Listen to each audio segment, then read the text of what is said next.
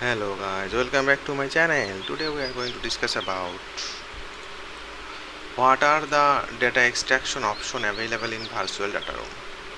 So virtual data room primarily focus on secure document storage and share rather than data extraction on data mining. However, some VDR providers may offer limited extraction option on integrations and third-party tools for a specific purpose. Here are a few data extraction options that might be available in VDR. Number 1.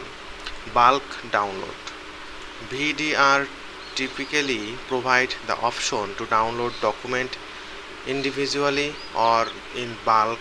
User with appropriate access permission can select multiple files or folder and download them to their local devices. This allows extracting the document from the VDR for offline use or further analysis. Number 2. Export to PDF or Excel. Some VDRs offer the ability to export document or data in PDF or Excel format. This can be useful for extracting information or structured documents such as financial reports and spreadsheets in a format that can be easily analyzed or shared outside the VDR environment.